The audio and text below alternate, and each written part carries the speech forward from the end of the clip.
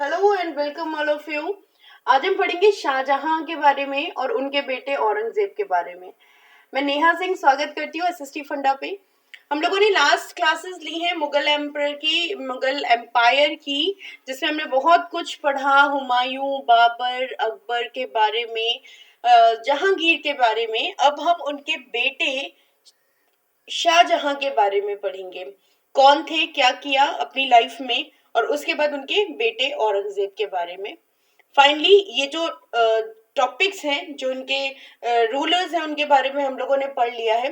ठीक है, या ये लास्ट आप मान लो, ऐसे लास्ट है। फाइनली अभी अकबर के बारे में बहुत डिटेल में आपको दिया गया है आपके चैप्टर में, तो उसको भी हम नेक्स्ट वीडियो में कवर करेंगे। So let's start with the Shahjahan. Firstly Shahjahan Shahab-ud-Din Mohammad Khurram. What a name ना, इतने लंबे लंबे नाम होते हैं। Shahab-ud-Din Mohammad Khurram, better known by his regnal name Shahjahan. उनको शाहजहां के नाम से ज्यादा जाना जाता है बजाय कि Shahab-ud-Din Mohammad Khurram. Was the fifth Mughal emperor who resigned from 1628 to 1658। Approx 30 years का जो ड्यूरेशन है इनके एम्पायर का रहा है। आफ्टर जहांगीर डेथ, अपने पिता की मृत्यु के बाद शाहजहां जो है वो राजा बने। Spurred a war of succession from which Shahjahan emerged victorious after much intrigue। बहुत ज्यादा खींचातानी थी क्योंकि ये खुद भी चार भाई थे और कोई चाहता था खुसरो बने, कोई चाहता था खुर्रम बने, हर कोई चाहता था कि मैं खुद बनूं। तो इसमें बहुत ज्यादा खींचातानी के बाद फाइनली जीत किसको मिली थी? वो थे Shahjahan. He put to death all of his rivals for the throne and crowned himself emperor in January 1628 in Agra under the regnal title Shahjahan. Finally Shahjahan ने सबको हराकर, सबको मारकर अपनी जीत हासिल करी और अपने तख्त पे आकर बैठ गए, जिसमें जहां की इन्होंने आगरा में 1628 में उसे हासिल करके और शाहजहां के टाइटल के साथ वो अपने तख्त पे बैठे। पहले ये रिवाज हुआ करता था कि जो राजा है उसका जो नॉर्मल नाम है वो तो कुछ भी रह सकता है, जो घर में उसको लोग प्यार से बुलाते हैं, लेकिन जब वो एम्परर बनेगा तो उसे टाइटल्स दिए जाएंगे। तो उस टाइम जो हमारे शहाबुद्दीन मोहम्मद खुर्रम थे, जिनको प्यार से लोग खुर्रम कहते थे, उनको टाइटल लेके, उन्होंने शाहजहां का टाइटल लेके 1628 में आगरा में वो बैठ गए। Soon after becoming a Mughal emperor, Shahjahan had to face two revolts। बहुत बड़े बड़े, वैसे तो बहुत सारे रिवॉल्ट्स थे, युद्ध चलते ही रहते थे, लेकिन दो बहुत बड़े रिवॉल्ट थे जो दो अलग क्षेत्रों से हुए थे, उनके बारे में पढ़ते हैं। जुर्जर Singh the son of Veer Singh Bundela, Veer Singh Bundela के पुत्र थे जुर्जर सिंह। उन्होंने रिवोल्ट कर दिया था बुंदेलखंड से शाहजहां के खिलाफ। Shahjahan sent an expedition under his son Aurangzeb and captured the Bundela territory in 1634। Aurangzeb को उन्होंने भेजा कि जाओ भाई, जो जुर्जर सिंह है ये बहुत परेशान कर रहे हैं और आप जो है अपना, हमें अपना जो एम्पायर है उसे एक्सपेंड करना है, तो आप फाइट करके आओ। और फाइनली जो बुंदेलास थे वो मारे गए और जो शाहजहां है उनका जो क्षेत्र है वो बढ़ता चला गया। खान जहान Lodhi the governor of Deccan, ये डेक्कन के गवर्नर थे खान जहान लोधी। इन्होंने भी रिवोल्ट किया था, बट जैसे ही इनको पता चला कि शाहजहां एम्परर बन चुके हैं, उन्होंने सरेंडर कर दिया। In 1646, Shahjahan recovered Badakh and the Balkh, which were occupied by Persians during Jahangir's reign। इनके पिता के टाइम पे दो डिफरेंट रीजन थे, बल्क एंड बदाशान। यहाँ पर इनको पर्शियंस ने इनसे छीन लिया था अब वॉर में, तो इन्होंने वापस उसे गेन कर लिया इन 1646 में। Next is the Portuguese were also defeated by Shah Jahan and he annexed Ahmednagar in 1632। इन्होंने पोर्तुगीज को भी हरा दिया और अहमदनगर को हड़प लिया 1632 में। He defeated Portuguese again and made them trade on his term। Portuguese जो कि यहाँ व्यापार करने आए थे और वो कहीं ना कहीं बदमाशी कर रहे थे, वो अपने टर्म्स में व्यापार करने लगे थे, अपनी मनमानी करने लगे थे। तो शाहजहां ने उनको वापस हराया और उनसे बात मनवाई कि अगर आपको इंडिया में, भारत में अगर आपको व्यापार करना है तो आपको शाहजहां के टर्म्स पे, उनकी बातों के अकॉर्डिंग आपको व्यापार करना पड़ेगा। His rule saw many grand buildings projects including the Red Fort and the Shahjahan mosque. हम बात करें तो शाहजहां ने काफी सारी बिल्डिंग्स बनवाई हैं जिसमें से द रेड फोर्ट और शाहजहां मॉस्क बहुत ज्यादा फेमस है. He built the famous Taj Mahal at Agra in loving memory of Arjuman Bano, जिनको हम मुमताज महल के नाम से भी जानते हैं. इन्होंने बहुत फेमस ताज महल वर्ल्ड का अजूबा है ना, हमारे देश में एक अजूबा भी है, तो वो इन्होंने अपनी लविंग जो इनकी वाइफ थी उनके नाम पे बनवाया था, मुमताज महल के नाम पे. In 1657 to 58, there was conflict over succession amongst Shahjahan सन. अब बारी आ चुकी थी, शाहजहां जो थे वो बूढ़े हो चले थे और जो उनके बेटे थे वो आपस में अब लड़ने लगे थे कि नेक्स्ट जो एम्परर है वो कौन बनेगा. Aurangzeb was victorious and his three brothers including Dara Shikoh were killed. Aurangzeb जीत गए. चार जो बेटे थे इनके उसमें से औरंगजेब थर्ड नंबर के थे और दारा शिकोह पहले नंबर के थे. और जो शाहजहां थे वो मानते थे कि दारा शिकोह को बनना चाहिए, लेकिन इन सब लड़ाइयों में, इन सारी खींचातानी में औरंगजेब जीत गए, जबकि दारा शिकोह के साथ बाकी सारे जो उनके बेटे हैं वो मारे गए. In September 1657 Shahjahan fell seriously ill, बहुत ज्यादा बीमार पड़ गए शाहजहां 1657 में. This set off a war of succession among his four sons in which his third son Aurangzeb emerged victorious and the usurped his father. और अपने जो पिता हैं उनको दबा के या उनकी बात ना मानते हुए बाकी सबको मार के जो औरंगजेब हैं वो राजा बन चुके थे. Shahjahan recovered from his illness. Shahjahan धीरे धीरे कोशिश कर रहे थे कि हम अपनी बीमारी से ऊपर हो जाएं और फाइनली वो काफी कुछ ठीक भी हो गए थे. But Aurangzeb put his father under house arrest in Agra fort. लेकिन औरंगजेब जो उनके तीसरे पुत्र थे उन्होंने उनको नजरबंद कर दिया था आगरा के फोर्ट में फ्रॉम जुलाई 1658. और यही वो टाइम था 1658 का जब उन्हें नजरबंद कर लिया गया था आगरा के फोर्ट में अंटिल हिज डेथ इन जनवरी 1666. 1666 में उनकी मृत्यु तक वो उसी आगरा फोर्ट में एक बंदी की तरह पड़े रहे. He was laid to rest next to his wife in the Taj Mahal. और मरने के बाद उनकी भी कब्र जो है वो उनकी वाइफ ताजमहल में जो है उनकी वाइफ के बगल में उनकी कब्र भी बनवा दी गई. आ जाते हैं पुत्र औरंगजेब के पास.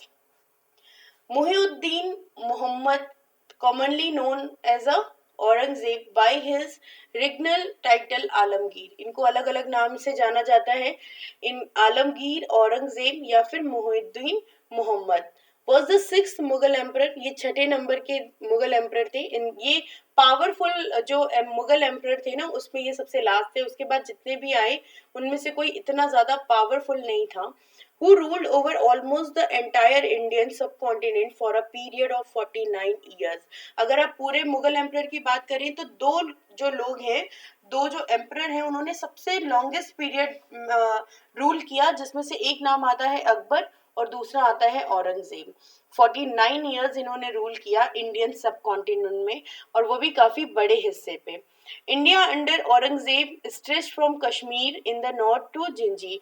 अगर हम बात करें कश्मीर में नॉर्थ जो एरिया पड़ता है इंडिया का, वहाँ के जिंजी से लेके साउथ कश्मीर में नॉर्थ से लेके जिंजी साउथ तक, हिंदुकुश वेस्ट से लेके चित्तौंग ईस्ट तक, यहाँ तक इनका एरिया फैला हुआ था. He concentrated the northern part of his kingdom for about 22 years 1658 to 1680.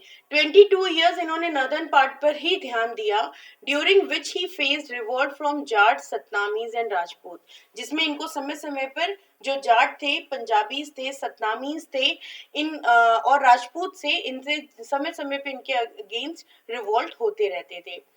Next बात करते हैं the Sikh revolt in the north west part of the empire and the Afghans revolted twice against Aurangzeb.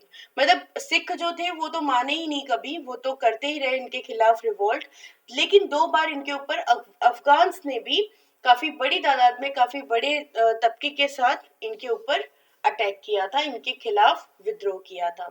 Aurangzeb was a devote मुस्लिम. बहुत कट्टर मुस्लिमों में से इनकी गिनती की जाती है।